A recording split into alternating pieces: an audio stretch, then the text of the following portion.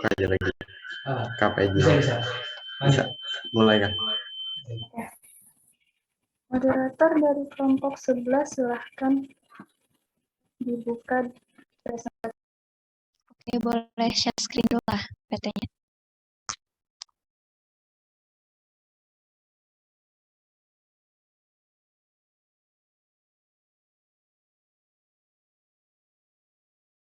Kelihatan ya lo? Kelihatan.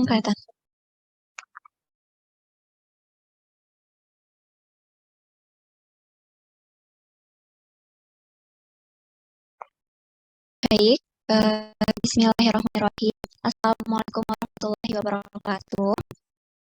Selamat pagi, salam sejahtera bagi kita semua. Yang terhormat dosen pengampu mata kuliah Manajemen dan Administrasi Sekolah, Bapak Profesor Haji Ahmad Suryansa MPD PhD, dan juga Ibu Ratna Purwanti SPD MPD, dan teman-teman yang saya banggakan. Perkenalkan, saya Naila Sabita Frina Bayhaki, perwakilan dari kelompok 11, selaku moderator pada diskusi kelompok 9 dan juga 10 pada hari ini. Pada presentasi kali ini, kelompok 9 akan membahas tentang ketata laksanaan lembaga pendidikan. Sebelumnya, izinkan saya untuk memperkenalkan terlebih dahulu anggota dari kelompok 9 yang beranggotakan, bisa next, M. Nur Faizi, Najwa Sabrini Dinanti, dan juga Nur Abidah Azahro. Baik, untuk mempersingkat waktu, saya serahkan kepada teman-teman kelompok 9 untuk mempresentasikan materinya.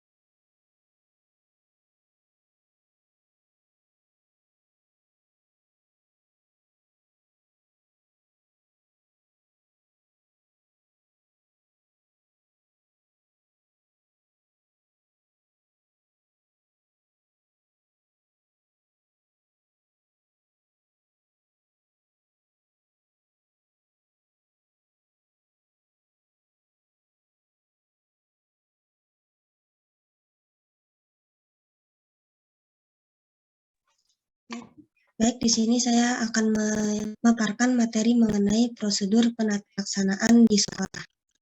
Dalam pelaksanaan administrasi pendidikan di sekolah, terdapat beberapa format untuk melaksanakan kegiatan pelayanan administrasi sekolah. Berdasarkan ketentuan perundang-undangan yang berlaku, ada 10 jenis kegiatan pelayanan administrasi di sekolah. Yang pertama, dokumen guru dan pegawai. Dokumen guru dan pegawai adalah berkas masing-masing guru dan pegawai seperti SK pengangkatan, SK berkala, ijazah, dan lain sebagainya. Dokumen guru dan pegawai ini bertujuan untuk memudahkan mencari arsip data guru dan pegawai. Yang kedua, buku induk guru dan pegawai.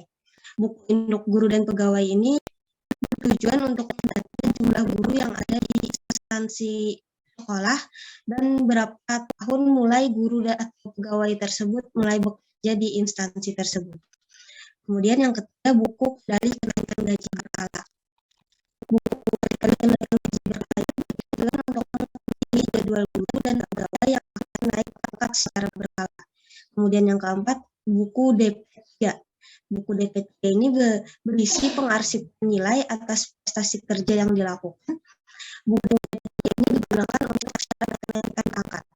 Kemudian yang kelima, buku catatan kemajuan guru dan pegawai.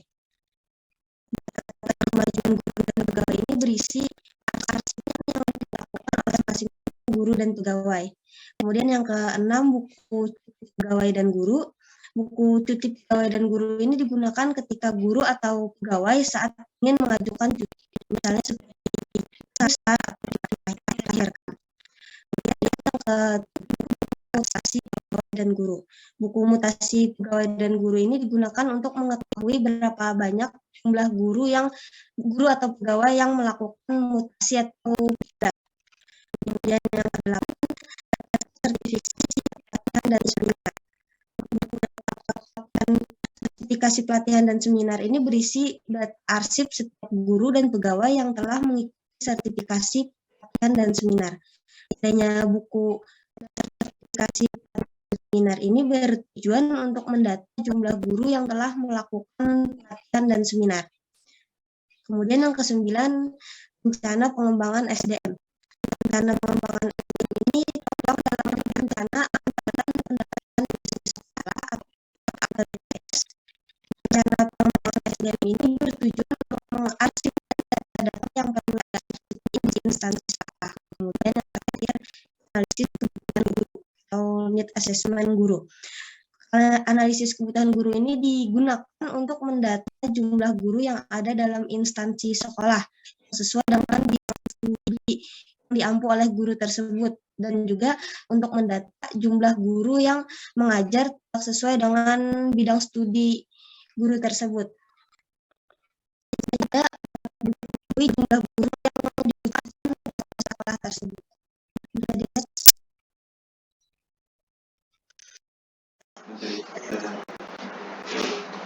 Bisa jadi.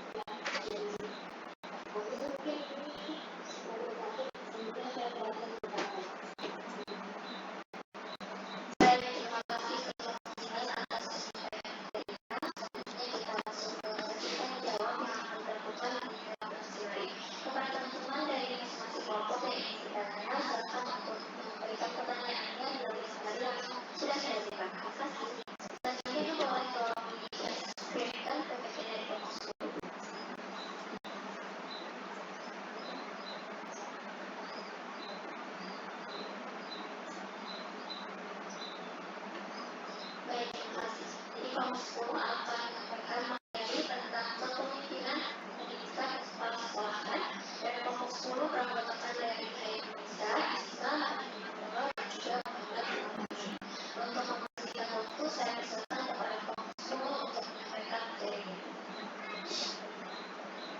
Baik, terima kasih moderator.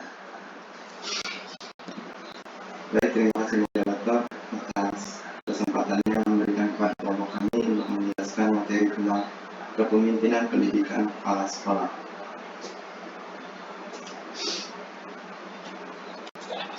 Oke, pada materi kelompok kami ada mengambil beberapa sub pembahasan. Yang pertama ada kepala, pemimpin, dan kepemimpinan. Yang kedua ada peran kepala sekolah. Yang ketiga ada kepala sekolah, prinsipalship, dan yang keempat kepala sekolah yang efektif. Oke, baik, dari keempat itu akan kami bahas lebih dalam. Nah, di sini saya akan menjelaskan materi pertama, yaitu mengenai apa sih itu konsep kepala, pemimpin, dan kepemimpinan. Oke, apa sih itu konsepnya? Kepala itu apa, pemimpin itu apa? Nah, kalau secara mendasarnya aja, supaya buat yang mudah memahami apa itu tentang kepala, pemimpin, dan kepemimpinannya. Kepala itu anggap aja itu adalah orang yang mengarahkan dan mempengaruhi. Kayak buan-buan pian ini adalah orang-orang atau calon-calon pemimpin yang akan mengarahkan dan mempengaruhi baik tindakan buan pian sendiri, pribadi, maupun ketika nanti buan pian di sini menjadi pemimpin organisasi, pemimpin kelompok, pemimpin kelas, bahkan semoga aja ada yang menjadi presiden sebuah negara atau pemimpin sebuah negara.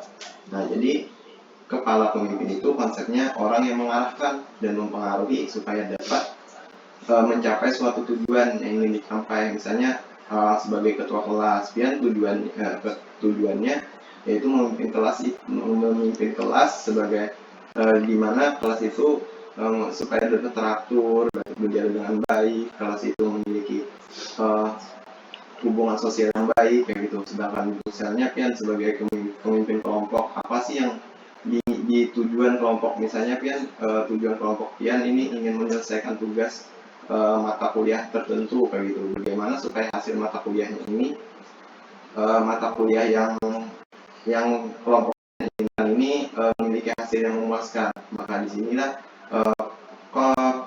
konsep kepala itu dibutuhkan, yaitu orang yang akan mengarahkan anggota kelompok tadi dan mempengaruhi mereka supaya dapat bekerja untuk menyelesaikan tugas dengan hasil atau tujuan yang ingin dicapai itu supaya lebih maksimal gitu. Tidak kalau akan ada pemimpin, maka kelompok yang ada tadi itu akan berjalan sendiri-sendiri. Ada yang ke A, ada yang ke B, ada yang ke C, ada yang ke D, bahkan ada yang ke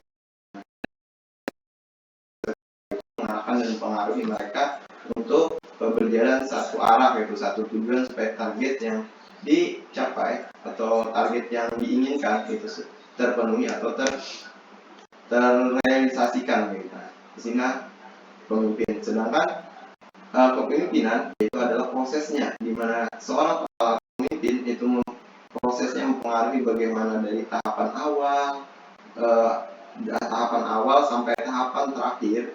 Di situ mempengaruhi dan mengarahkan anggota kelompok pian tadi, misalnya kelompok anggota kelompoknya tadi dapat berjalan menyusuri jalannya supaya menyusuri jalan untuk mencapai tujuan tadi. Gitu. Nah, sedangkan kalaunya secara teoritisnya lah, untuk konsep kepala dulu lah, itu konsep kepala yaitu menurut KBBI lah. Di sini dijelaskan kepala itu adalah seorang ketua atau pemimpin dalam misalnya kantor, pekerjaan, perkumpulan, dan sebagainya. Itu tadi sudah saya jelaskan juga. Nah, kenapa sih kita sering bertanya-tanya kenapa harus ada pemimpin? Kita sering bertanya kenapa kita tuh nggak jalan secara pribadi-pribadi aja, buat apa gitu ada pemimpin? Kita sering bertanya. Nah, kalau saya bisa jelaskan, adanya pemimpin ini sudah kodratnya dari Sang Pencipta menciptakan manusia itu adalah sebagai pemimpin, di mana kita bisa tahu mungkin di kitab-kitab agama-agama tertentu dapat dilihat, misalnya di Injil ada, di Al-Quran ada begitu. Cuma kalau saya akan membahas di Al-Quran sedikit, kenapa sih ada itu pemimpin itu, kata pemimpin itu ada, kenapa? Oke, jadi di dalam Al-Quran, dalam surah Al-Baqarah ayat 30 yang berbunyi, saya akan langsung sebutkan artinya saja secara bahasa Indonesia. Dan ingatlah ketika Tuhanmu berfirman kepada malaikat. Nah, di sini Tuhan itu langsung menyampaikan firman-Nya kepada malaikat. Dia mengatakan, aku sesungguhnya, kata Tuhan, aku akan mengangkat Adam menjadi khalifah di muka bumi. Nah, awal mula manusia aja sudah diturunkan ke bumi itu sebagai pemimpin. Nah, itulah dasar yang kuat bahwa kita semua di sini adalah seorang pemimpin gitu.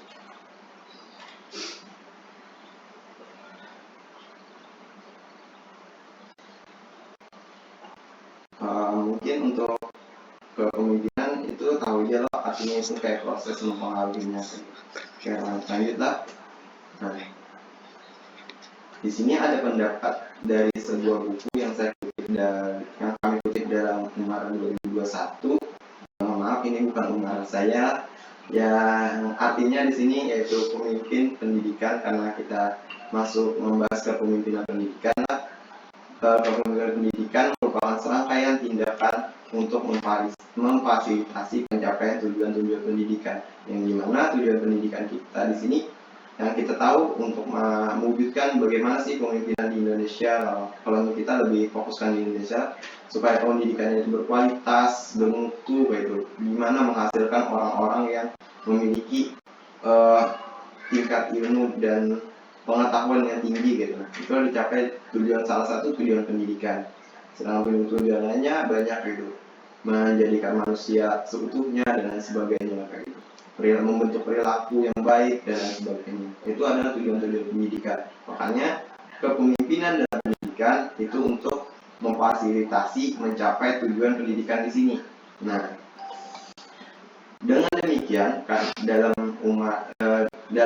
dengan demikian kata Umar di sini, kepemimpinan pendidikan adalah serangkaian tindakan yang dilakukan oleh pemimpin pendidikan untuk mengarahkan pada pencapaian tujuan pendidikan. Siapa sih pemimpin pendidikan? Yang kita tahu sendiri secara formalnya, pemimpin pendidikan kalau di sekolah itu kepala sekolah, kalau di kampus atau perkuliahan itu ada rektor dan lain sebagainya. Itulah pemimpin yang di sini. Kalau di prodi kita tahu ada koordinator prodi, kalau di jurusan itu ada kepala jurusan. Itulah seorang pemimpin yang mengarahkan, yang mengambil tindakan, mengarahkan, mempengaruhi anggota di ruang lingkup organisasi itu untuk mencapai tujuan-tujuan pendidikan. Nah, itulah konsep pendidikan yang kami rangkum dari materi atau dari buku menurut Umar 2021.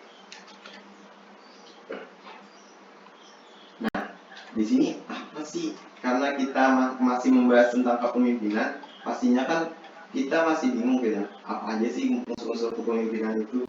Yang pastilah kalau unsur-unsur kepemimpinan yang kami rangkum di sini dalam materi-materi yang kami ambil dari sumber-sumber, baik buku juga dan sebagainya. Di sini kami ada merangkum 4 unsur kepemimpinan, yang dimana kalau dari 4 unsur kepemimpinan ini tidak ada, maka apa yang tidak ada maka suatu organisasi atau tujuan itu tidak akan tercapai gitu.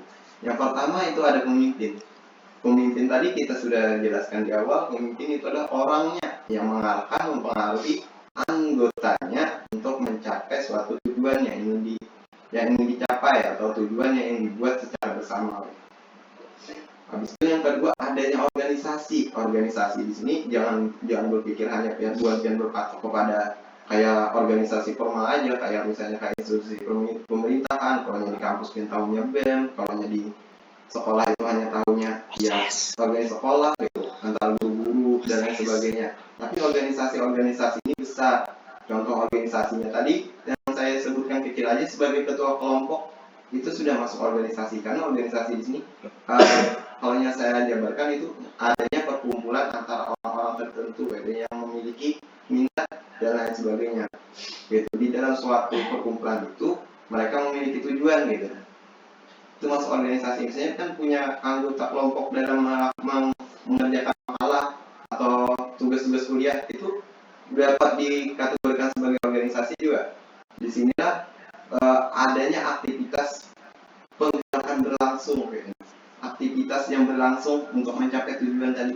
Misalnya kalau di anggota kelompok di kelas atau mengerjakan mata kuliah, mengerjakan perkuliahan atau tugas mata kuliah, dan kan ada aktivitas bergerak gitu. Nah, adanya upaya di kelompok Ian untuk mencapai, misalnya satu orang mau mencari referensi, satu orang buat makalah, satu orang membuat PPT. Nah, itu kan suatu aktivitas bergerak untuk mencapai tujuan di mana hasil dari tugas kuliah tadi terselesaikan. Nah, gitu aja untuk organisasi kalau yang secara kecil supaya lebih paham kita semua. Nah, itulah kalau ada aktivitas seperti itu, maka dibutuhkanlah seorang pemimpin untuk mengarahkan mereka, misalnya yang mencari referensi. Pemimpin tugasnya misalnya memimpin atau pemimpin kelompok di sana mengarahkan bagaimana sih cara di mana aja mencari referensi yang baik, bagaimana aja panduan supaya referensinya tuh dapat masuk ke dalam makalah gitu.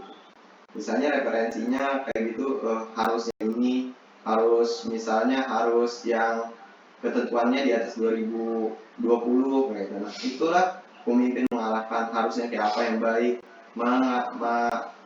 mempengaruhi anggotanya supaya melakukan apa yang seharusnya menjadikan tercapai tujuan yang ingin dicapai. Habis itu yang ketiga itu ada anggota. Nah, anggota di sini adalah orang yang digerakkan oleh pemimpin tadi. Di mana orang-orang di sini itu adalah unsur yang terpenting. Kalaunya tidak ada pemimpin, tidak bisa bergerak juga. Tapi kalaunya ketika tidak ada anggota, ya gimana pemimpin mau bergerak gitu? Pemimpin bergerak sendiri. Gimana mau mencapai tujuannya, dia kewalahan lah gitu. Tidak akan tergerak gitu, tidak akan terrealisasikan gitu. Nah, tujuan dari tujuan yang ingin dicapai. Habis itu yang paling penting juga ini adalah adanya tujuan atau sasaran kegiatan yang dilakukan. Di mana misalnya sudah ada pemimpin, ada anggota, ada organisasi, tapi tidak punya tujuan. Gimana sih ya? Celengak aja kayak gitu. Tidak punya tujuan, kita ngapain? Ya tidak tahu. Kan bingung mau kemana sih organisasi, mau kemana sih tujuan, mau kemana sih yang dibawa pemimpin ini bawa anggotanya gitu. Bisa aja kalau ada tujuan, misalnya organisasinya misalnya organisasinya ada di Banjarmasin, misalnya pergerakan kayak gimana kayak itu, maunya kita ini dari Banjarmasin ke Tanjung gitu. Ke Tanjung, tapi dari Banjarmasin aja misalnya ada maunya seharusnya tujuannya ke Tanjung, tapi karena tidak tahu, karena tidak punya tujuan kayak gitu, ya tidak gimana ya, telang putar-putar di Banjarmasin aja karena mau keluar kayak gitu, kan tidak ada tujuan. Jadi kan bingung menentukan target dan lain sebagainya. Makanya tujuan, misalnya aja kalau kita ambil ke pemimpinan di sekolah, ada sekolahnya sudah organisasinya, ada anggota guru-guru staf dan lain sebagainya sudah ada, pemimpin sekolahnya ada. Cuma kemana membawa sekolah ini agar lebih baik, tidak punya tujuan ya datar aja, ya cuma menjalankan administrasinya ya dijalankan, pembelajaran dijalankan, tapi tidak ada upaya tujuan untuk meningkatkan. Gimana jadinya ya? Itulah kayak putar di situ aja kalau tidak punya tujuan. Makanya 4 unsur kepemimpinan di sini itu sangat penting. Gimana kalau yang kita diterapkan di sekolah atau di pendidikan itu sangat berguna. Saya lanjutkan, semoga dapat dipahami dulu dari penjelasan saya. Nah, di sini ada 4 gaya kepemimpinan. Ini kalau dipakai oleh seorang pemimpin, gaya kepemimpinan. Yang pertama itu ada gaya partisipatif atau demokratis, yang kedua ada gaya kepemimpinan autokratik, yang ketiga ada kepemimpinan laissez-faire, dan yang keempat ada kepemimpinan transformasional. sini kayaknya tunggu ya. Oke. Ini juga ada kepemimpinan partisipatif atau demokratis, di mana kalau ini dijelaskan secara gampang aja, kepemimpinannya itu dalam pengambilan keputusan itu pemimpin itu melibatkan seluruh bagian-bagian atau dari anggota pimpinan dan sebagainya dalam mengambil keputusan. Habis itu otomatis ini itu kepemimpinan itu terpusat pada pemimpin. Apapun yang dilakukan oleh anggota kelompok atau anggota organisasi itu pusatnya di pemimpin yang mengambil keputusan. Habis itu untuk laissez-faire itu kepemimpinan berupa pemimpin ini menerangkan tujuan yang ingin dicapai, habis itu diserahkan langsung ke anggotanya. Oke, jadi pemimpinnya tinggal menunggu aja lagi hasil-hasil yang dikerjakan oleh anggotanya tadi, laporannya gimana dan lain sebagainya. Karena dia sudah merasa cukup sampai menerangkan saja, karena dia sudah sepenuhnya percaya kepada anggotanya untuk menjalankan tugas. Kalau gaya kepemimpinan transformasional itu hampir sama saja juga, tapi konsepnya itu di sini itu ada komitmen di mana antara pemimpin dan anggotanya, di mana komitmen ini untuk mencapai tujuan tadi. Ya, di sini juga proses dalam pemimpin dan pengikut saling memberikan ide-ide yang terbaru supaya ide-ide terkait tentang tujuan itu dapat tercapai dan saling memberikan motivasi supaya lebih semangat. Jadi transformasional ini di mana semuanya itu terlibat memiliki satu komitmen utuh untuk mencapai suatu tujuan yang sudah dibuat kayak gitu. Mungkin itulah dulu penjelasan dari saya lanjutkan kepada anggota kelompok saya.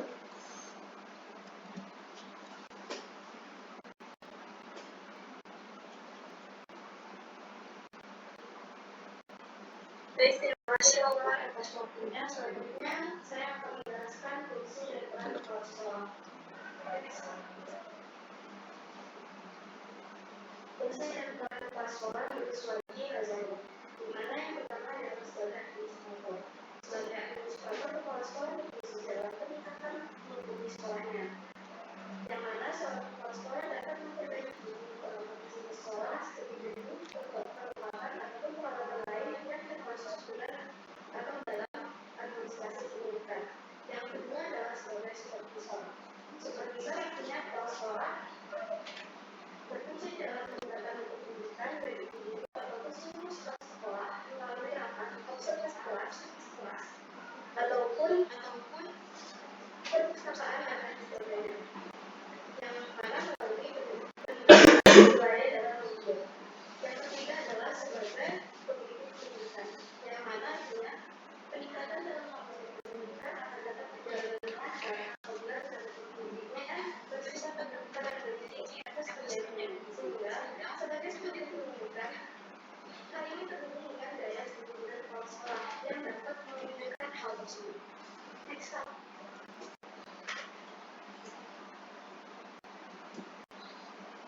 Baik, yang selanjutnya adalah peran kepala sekolah. Menurut peran kepala sekolah itu terbagi menjadi beberapa. Yang pertama adalah sebagai pelaksana SPG. Pemimpin sebagai pelaksana tidak boleh melaksanakan dan disini terhadap kelompoknya. Namun sebaiknya harus berusaha dalam mengikuti kelompoknya dengan program serta rencana yang dilakukan secara bersama-sama. Yang kedua adalah perencanaan pelayanan, di mana kepala sekolah sebagai pemimpin artinya ia adalah seorang yang menyusun rencana dengan baik sehingga segala sesuatu yang dilaksanakan dengan pendidikan di bawahnya ataupun tertata dan dibagi tugas dari kampusnya, atau bisa dibilang lebih terkoordinasi. Yang ketiga adalah sebagai seorang ahli atau expert, di mana kepala sekolah harus memiliki suatu keahlian terutama dalam hal pengembangan tugas sebagai kepemimpinan sehingga tidak terjadi penggunaan tugas sembarangan dalam bentuk orang-orang di bawahnya. Yang ketiga adalah control of internal relationship, di mana artinya kepala sekolah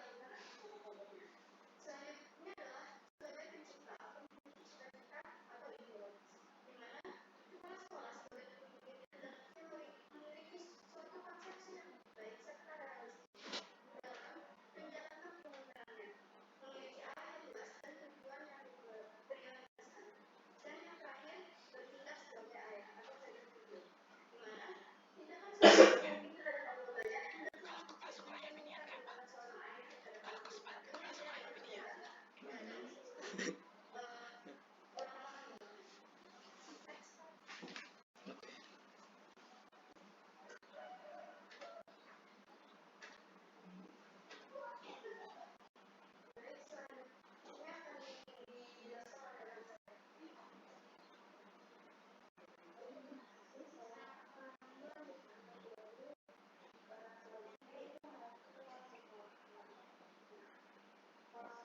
adalah suatu ukuran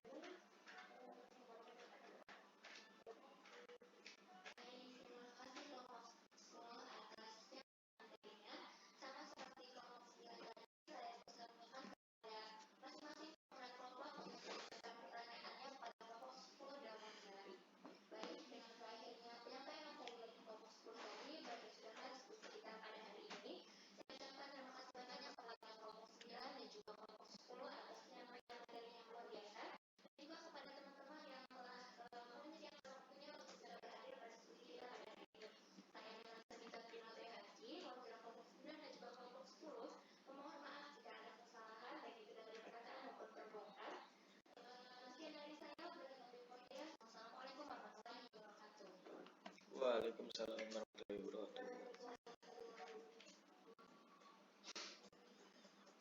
Sudah Hiluni?